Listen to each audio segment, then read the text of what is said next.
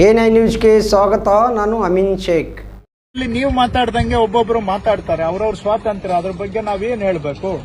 ಏನಾದ್ರೂ ಇವತ್ತು public issues ಬಗ್ಗೆ ಮಾತಾಡಿ, ರೈತರ ಸಮಸ್ಯೆ ಮಾತಾಡಿ.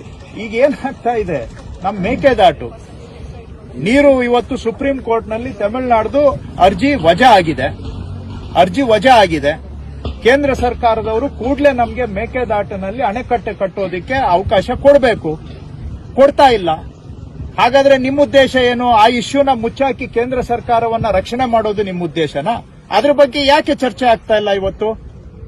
ಯಾಕೆ ಕೇಂದ್ರ ಸರ್ಕಾರದವರು ಮೇಕೆದಾಟು ವಿಷಯದಲ್ಲಿ ಕರ್ನಾಟಕಕ್ಕೆ ಅನ್ಯಾಯ ಮಾಡ್ತಾ ಇದ್ದಾರೆ? ಇದ್ರ ಬಗ್ಗೆ ಯಾಕೆ ಚರ್ಚೆ ಆಗ್ತಾ ಇಲ್ಲ?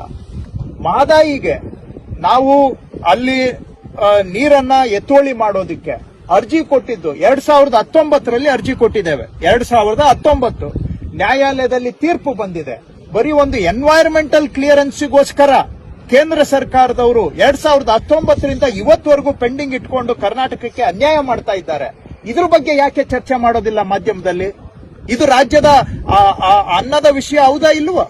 ಜನಗಳ ಜೀವನದ ವಿಷಯ ಹೌದಾ ಇಲ್ವಾ? ಇದು ಯಾಕೆ ಚರ್ಚೆ ಮಾಡೋದಿಲ್ಲ? ಅದೇ ನಮ್ಗೆ ಅಪ್ಪರ್ ಭದ್ರಾ ಯೋಜನೆಗೆ ಸೆಂಟ್ರಲ್ ಗವರ್ಮೆಂಟ್ 5,300 ಕೋಟಿ ಕೊಡಬೇಕು. ಬಜೆಟ್ ಅಲ್ಲಿ ಅನೌನ್ಸ್ ಮಾಡಿದ್ದಾರೆ, ಪಾರ್ಲಿಮೆಂಟ್ ಅಲ್ಲಿ ಬಜೆಟ್ ಪಾಸ್ ಆಗಿದೆ. 5,300 ಕೋಟಿಯಲ್ಲಿ 53 ಪೈಸಾ ಬಂದಿಲ್ಲ ರಾಜ್ಯಕ್ಕೆ.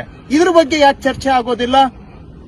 ಈ ತರದ್ದು ನಮ್ಮ ರಾಜ್ಯದ ಹೊಟ್ಟೆಪಾಡಿನ ವಿಷಯಗಳನ್ನ ಚರ್ಚೆ ಮಾಡೋದು ಬಿಟ್ಟು ಕೇಂದ್ರ ಸರ್ಕಾರ ವ್ಯವಸ್ಥಿತವಾಗಿ ಕರ್ನಾಟಕವನ್ನ ತುಳಿತಾ ಇದೆ, ಅನ್ಯಾಯ ಮಾಡ್ತಾ ಇದೆ. ಇದನ್ನ ಎಲ್ಲೋ ಒಂದು ಕಡೆ ಬಚ್ಚಿಡೋದಕ್ಕೋಸ್ಕರ ಇಶ್ಯೂಗಳನ್ನ ಡೈವರ್ಟ್ ಮಾಡಿ, ಜನಗಳ ಅಟೆನ್ಷನ್ ಅನ್ನ ಡೈವರ್ಟ್ ಮಾಡಿ, ನಿಜವಾದಂತಹ ಹೊಟ್ಟೆಪಾಡಿನ ವಿಷಯಗಳನ್ನ ಅವಾಯ್ಡ್ ಮಾಡೋದಕ್ಕೋಸ್ಕರ ಈ ಚರ್ಚೆಗಳು ಆಗ್ತಾ ಇದೆಯಾ? ಇವತ್ತು ಮೆಕ್ಕೆಜೋಳ ಬೆಲೆ ಕುಸಿದಿದೆ. ಕೇಂದ್ರ ಸರ್ಕಾರದವರು ಎಂಎಸ್ಪಿ ಘೋಷಣೆ ಮಾಡಿದ್ದಾರೆ. ಯಾಕೆ ಎಂಎಸ್ಪಿ ಪ್ರಕಾರ ಪ್ರೊಕ್ಯೂರ್ಮೆಂಟ್ಗೆ ಪರ್ಮಿಷನ್ ಕೊಡ್ತಾ ಇಲ್ಲ? ಯಾಕೆ ಕೊಡ್ತಾ ಇಲ್ಲ? ಕರ್ನಾಟಕಕ್ಕೆ ಬರ್ತಾರೆ, 101 ಸುಳ್ಳು ಹೇಳ್ಬಿಟ್ಟು ಹೋಗ್ತಾರೆ. ಎಂಎಸ್ಪಿ ಘೋಷಣೆ ಮಾಡಿರೋದು ಯಾರು? ಮೆಕ್ಕೆಜೋಳಕ್ಕೆ ಸೆಂಟ್ರಲ್ ಗವರ್ಮೆಂಟ್ ಎಂಎಸ್ಪಿ ಘೋಷಣೆ ಮಾಡಿದ್ದಾರೆ. ಎಂಎಸ್ಪಿ ಘೋಷಣೆ ಮಾಡಿದ ಮೇಲೆ ಅನುಷ್ಠಾನ ಯಾರು ಮಾಡಬೇಕು? ಎಂಎಸ್ಪಿ ಅನ್ನ ಸೆಂಟ್ರಲ್ ಗವರ್ಮೆಂಟ್ ಮಾಡಬೇಕು. ಇವತ್ತು ಕರ್ನಾಟಕದವರು ನಾವು ಪ್ರೊಕ್ಯೂರ್ ಮಾಡ್ಲಿಕ್ಕೆ ಕೇಳಿದ್ರೆ ಪ್ರೊಕ್ಯೂರ್ಮೆಂಟ್ಗೆ ಪರ್ಮಿಷನ್ ಕೊಡ್ತಾ ಇಲ್ಲ. ಇದು ರೈತರಿಗೆ ಅನ್ಯಾಯ ಅಲ್ವಾ? ಸಂಸದರಿಗೂ ಬಿಜೆಪಿ ಸಂಸದರು ವೈಫಲ್ಯ ಖಂಡಿತವಾಗಿ ಬಿಜೆಪಿ ಸಂಸದರಷ್ಟೇ ಅಲ್ಲ, ಇಡೀ ಭಾರತೀಯ ಜನತಾ ಪಕ್ಷ ಕೇಂದ್ರ ಸರ್ಕಾರದಲ್ಲಿ ಕರ್ನಾಟಕಕ್ಕೆ ಅನ್ಯಾಯ ಆಗ್ತಾ ಇದ್ರೆ ಬಾಯಿ ಕೈ ಎಲ್ಲ ಮುಚ್ಕೊಂಡು ಕೂತ್ಕೊಂಡು ಅನ್ಯಾಯ ಇವರಿಂದಾನೇ ಬಿಜೆಪಿಯಿಂದಾನೇ ಆಗ್ತಾ ಇದೆ. ನಾಳೆ ಆಗುತ್ತೋ ಬಿಡುತ್ತೋ ಕೆಲಸ, ಅಟ್ಲೀಸ್ಟ್ ಕರ್ನಾಟಕದ ಇಶ್ಯೂಗಳ ಪರವಾಗಿ ಧ್ವನಿ ಎತ್ತಬೇಕಲ್ಲ.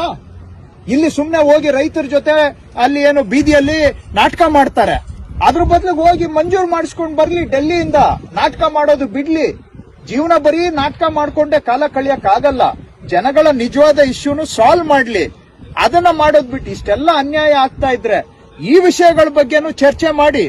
ನಿಮ್ಗೆ ಬೇರೆ ವಿಷಯ ಆಸಕ್ತಿ ಇದೆ, ಅದನ್ನ ಚರ್ಚೆ ಮಾಡಿ, ಅದನ್ನ ಬೇಡ ಅಂತ ನಾನು ಹೇಳ್ತಾ ಇಲ್ಲ. ಆದ್ರೆ ಈ ವಿಷಯಗಳು ಯಾಕೆ ಚರ್ಚೆ ಆಗೋದಿಲ್ಲ? ಎಲ್ಲೋ ಒಂದು ಕಡೆ ಇದು ಸಾರ್ವಜನಿಕ ಹಿತದಲ್ಲಿ ಆಗ್ಬೇಕು ಅನ್ನೋದಷ್ಟೇ ನನ್ನ ಸಲಹೆ, ಮನವಿ.